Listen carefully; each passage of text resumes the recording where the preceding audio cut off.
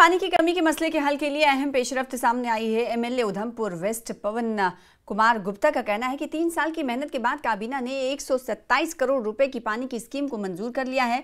पवन कुमार गुप्ता ने इस मंसूबे की तफसीलात बयान करते हुए कहा कि इन्होंने लेफ्टिनेंट गवर्नर मनोज सिन्हा से मुलाकात की थी, जिसमें उधमपुर शहर में पानी की शदीद कमी को उजागर किया था। इब्तदाई मरहले में डीपीआर की तैयारी में तकनीकी मुश्किलात का सामना करना पड़ा, लेकिन मुसलसल कोशिशों ने मंसूबे को आगे बढ़ाया है। उन्होंने चीफ सेक्रेटरी जल शक्ति महकमे के कमिश्नर और अर्बन लोकल बॉडीज के अफसरान से बातचीत की और उनकी हिमायत हासिल की। बिश्ना असेंबली हलके के एमएलए डॉक्टर राजीव भगत ने शिबू चैक इलाके में 33 लाख रुपए की लागत से राब्ता सड़क और गली नालियों के काम का आगाज किया।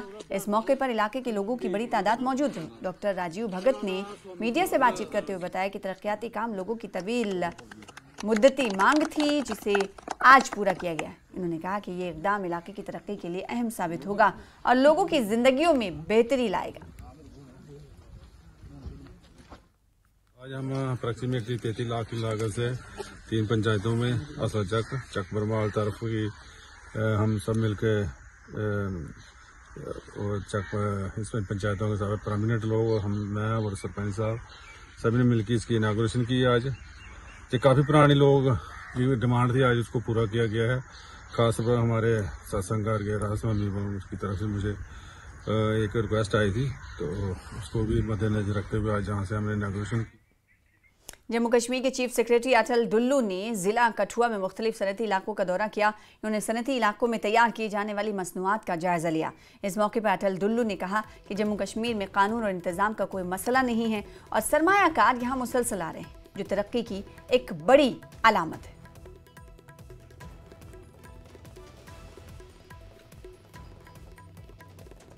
यहाँ जो स्टेक होल्डर्स हैं, industries department, power development department, district administration और जो नई सेटअप किए यूनिट्स, उनसे बात करके देखेंगे क्या क्या इश्यूज इनको अगर कुछ फेस कर रहे हैं वो कैसे रिजॉल्व करेंगे। 28,400 करोड़ का पैकेज जम्मू कश्मीर ने सैंक्शन किया।